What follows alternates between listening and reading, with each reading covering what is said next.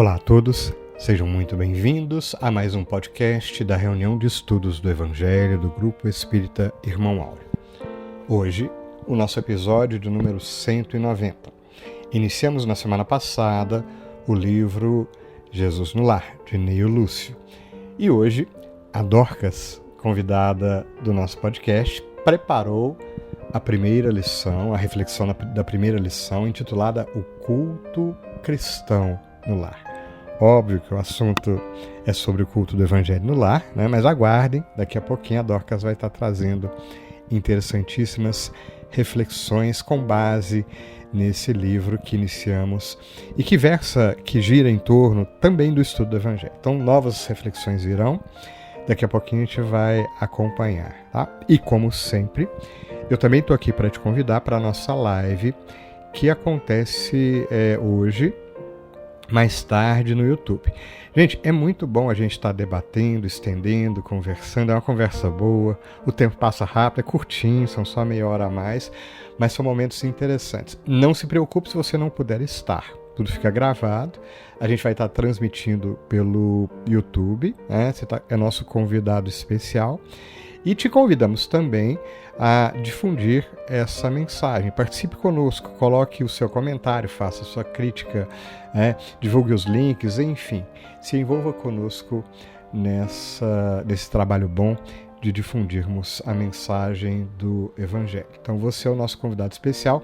Eu não estarei na live hoje, mas o Juninho vai estar coordenando. A Dorcas com certeza estará lá, o Ítalo e a Ana Márcia. E mais tarde, então, teremos a continuidade desse nosso estudo. Daqui a pouquinho você ouça conosco e no final a gente tem o nosso momento de oração. E hoje a prece poética fica integralmente a cargo de Maria Dolores, com uma poesia prece lindíssima.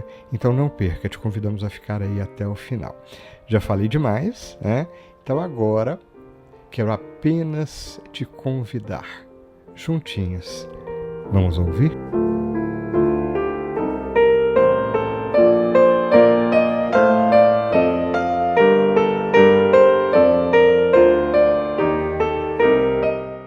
Olá, irmãos.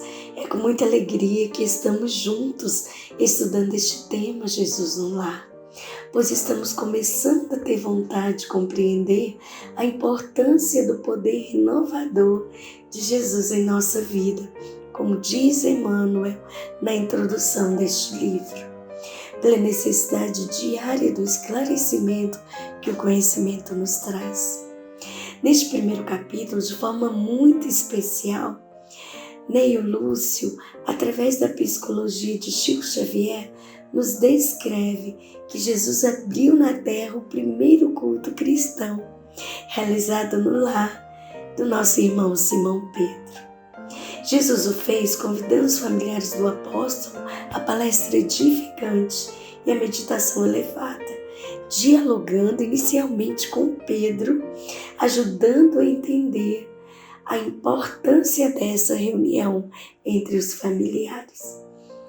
Agora, irmãos, foi tão interessante a sabedoria com que o mestre conduziu essa conversa. Foi muito admirável por sua didática usada.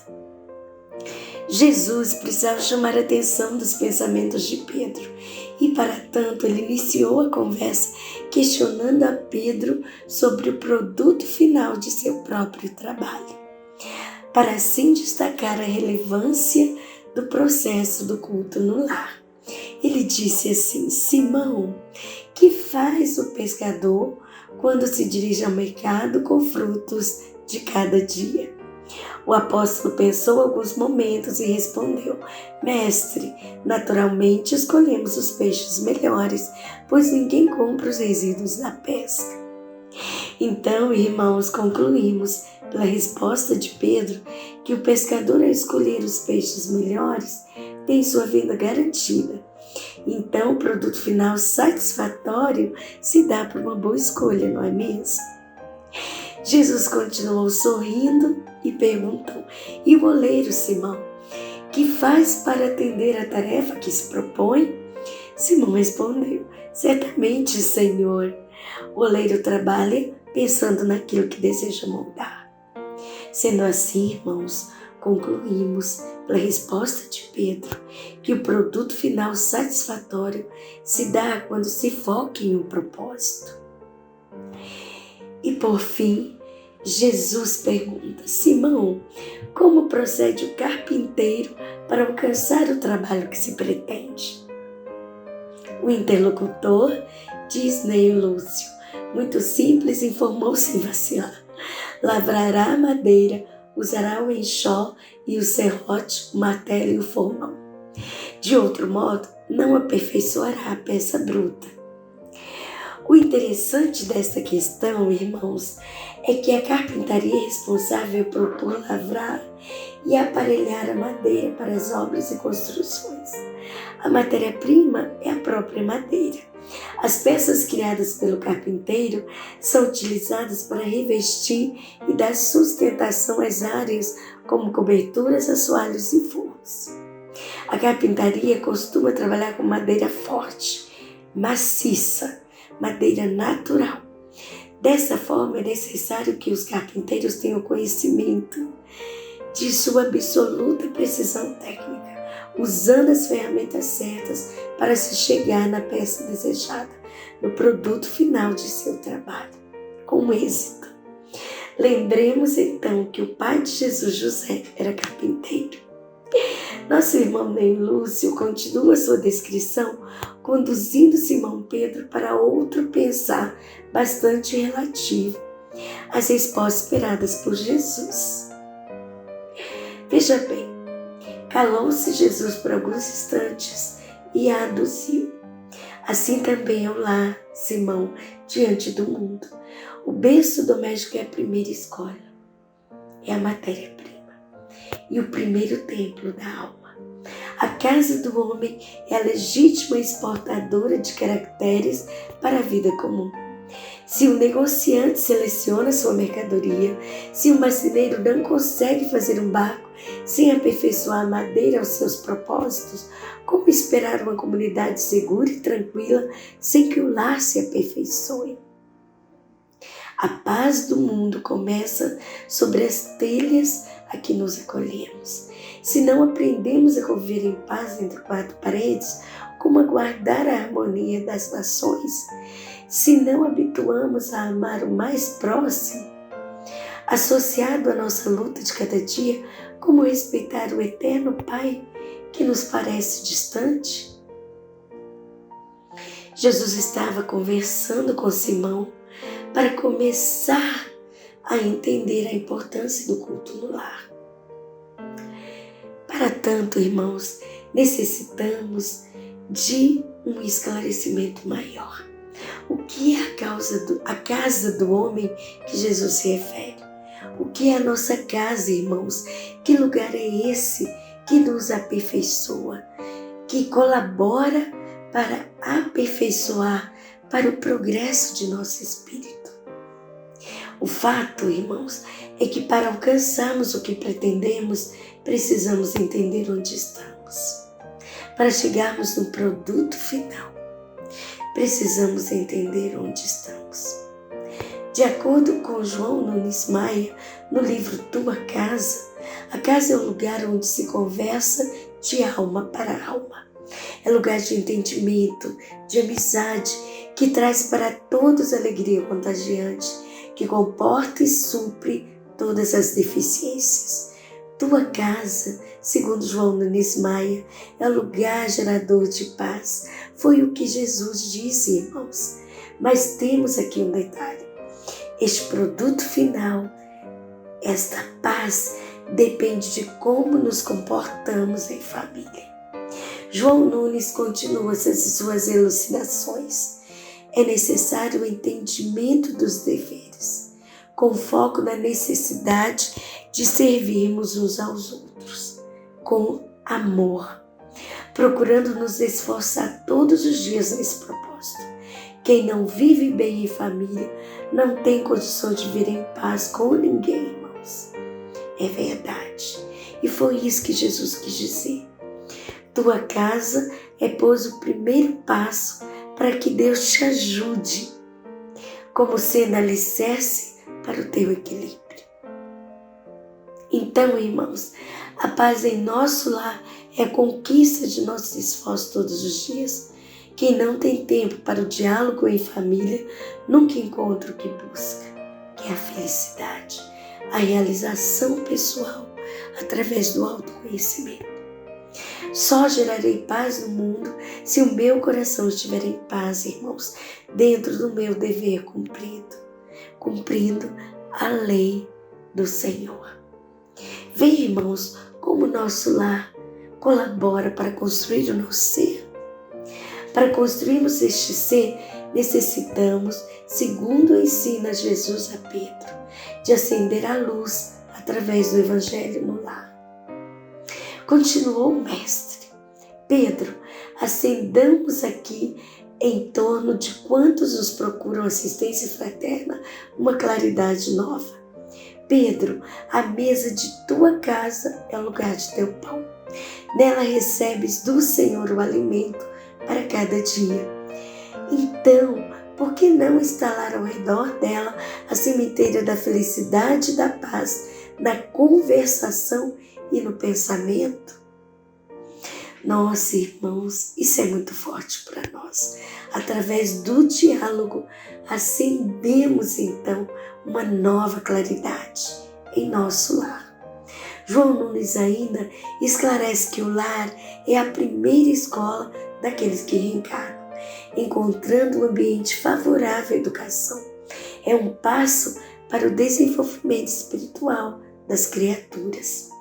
Jesus nos diz, irmãos, em Lucas 17, 21, eis que o reino de Deus está dentro de vós.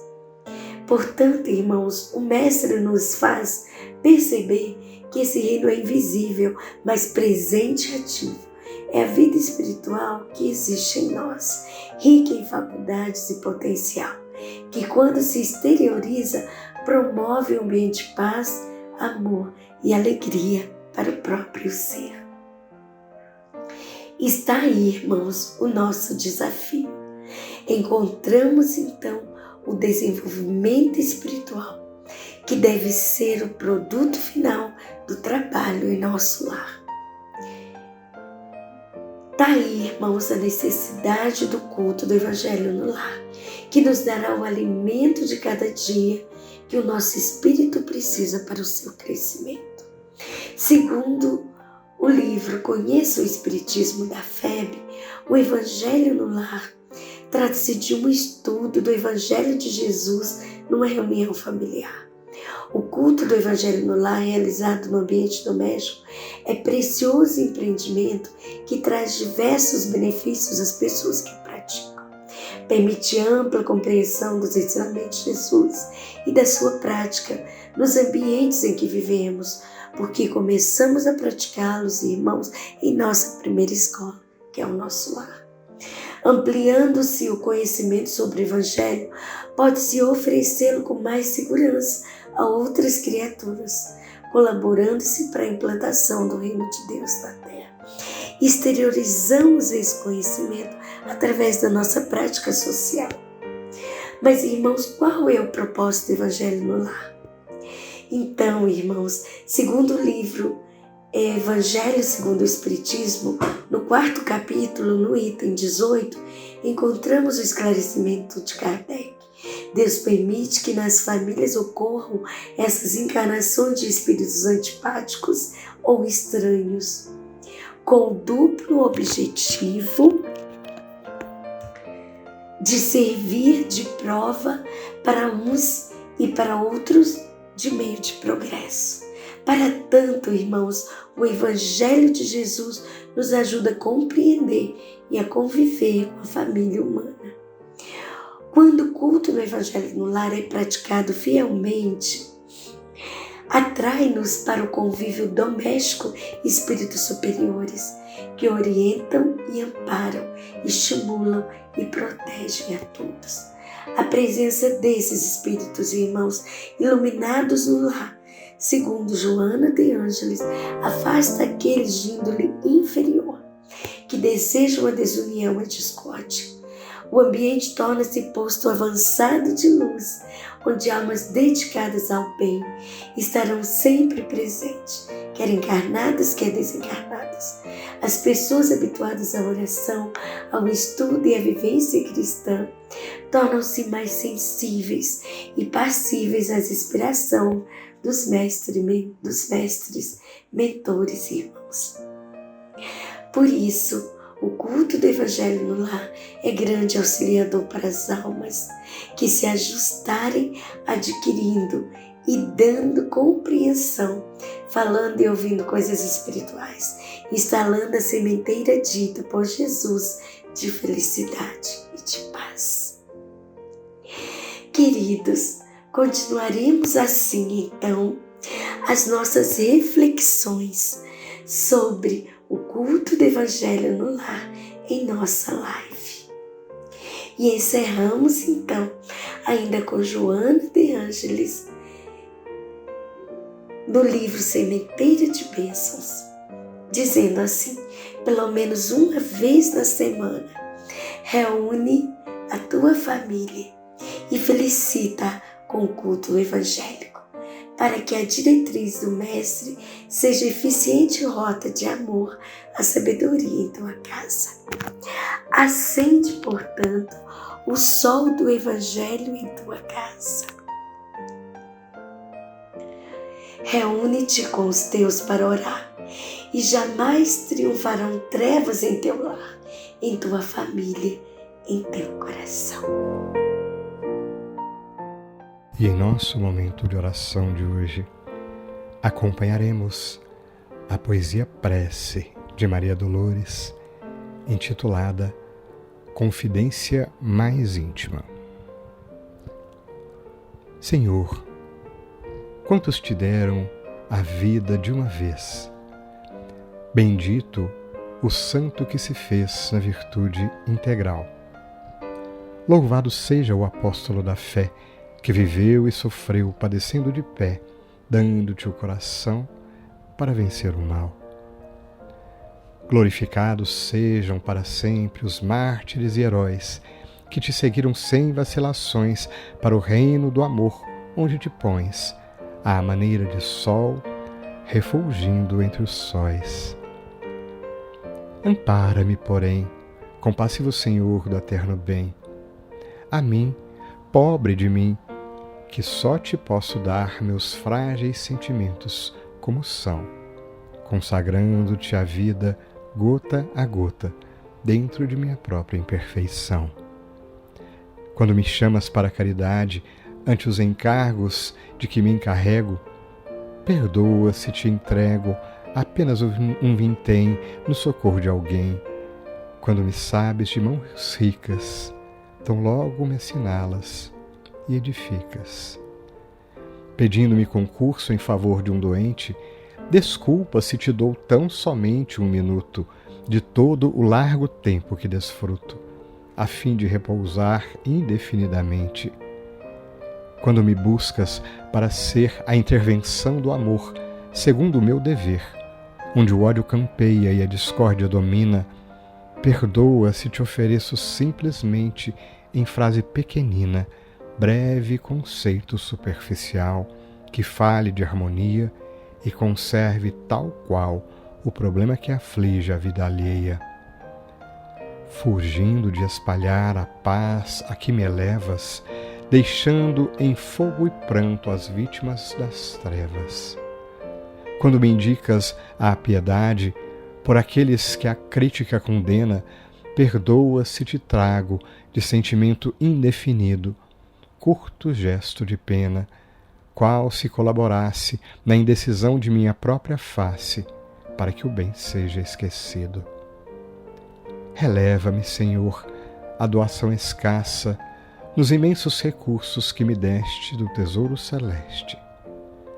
Do teu rio gigante de ternura, recebo dia a dia carinho, bênção, graça, providência e alegria, em manifestações da luz que nunca falha, mas de tudo que dou, cedo apenas migalha.